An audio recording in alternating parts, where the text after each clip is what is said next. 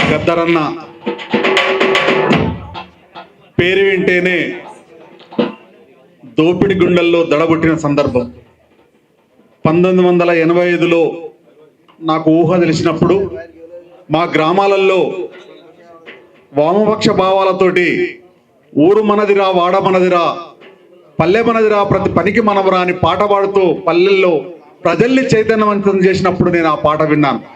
సిరిమల్లె చెట్టు కింద లచ్చమమ్మో చినబోయి కూర్చున్నావా లచ్చమమ్మ అనే పాట విన్నాను. పాటలతోటి అర్థం చేసుకోవాలి, చాలా మంది ఉన్నారు. ప్లీజ్ అన్న, స్ఫూర్తి పొంది నేను పాటలు రాయడం మొదలు పెట్టుకున్నాను. అందుకే గద్దరన్న మీద కాల్పులు జరిగినప్పుడు నేను రాసుకున్నటువంటి పాట, ఎవడు రమా పాటపై తూటాలను పెంచింది, ఎవడు రగదరన్నను గాయపరిచిపోయింది, ఎవడు రమా పాటపై తూటాలను పెంచింది, ఎవడు రమా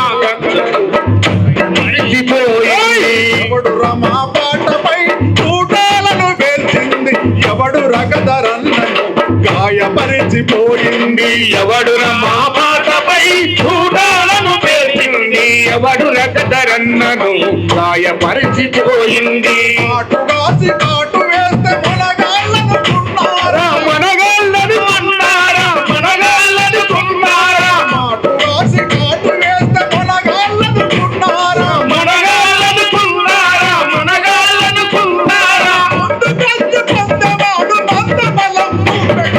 ఎవడు రమా పాటపై తూటాలను పేసింది, ఎవడు రగదరన్నను గాయపరిచిపోయింది, ఎవడు రమా పాటపై తూటాలను పేసింది, ఎవడు రగదరన్నను గాయపరిచిపోయింది. ఓసిగట్టి కొంగడేసి కచ్చగట్టి గంతేస్తే, కచ్చగట్టి గంతేస్తే, కచ్చగట్టి గంతేస్తే, ఆలె కడుపు బాధలను కన్నీళ్లను పారదోలి, కన్నీళ్లను పారదోలి, ఈ ఆటద కాలు కలిపి నీ పాటలు పాడుతుంటే, ఈ ఆటలు పాడుతుంటే, నీ పాటలు పాడుతుంటే, కాలు కలిపి నీ పాటలు పాడుతుంటే, నీ పాటలు పాడుతుంటే, నీ పాటలు పాడుతుంటే,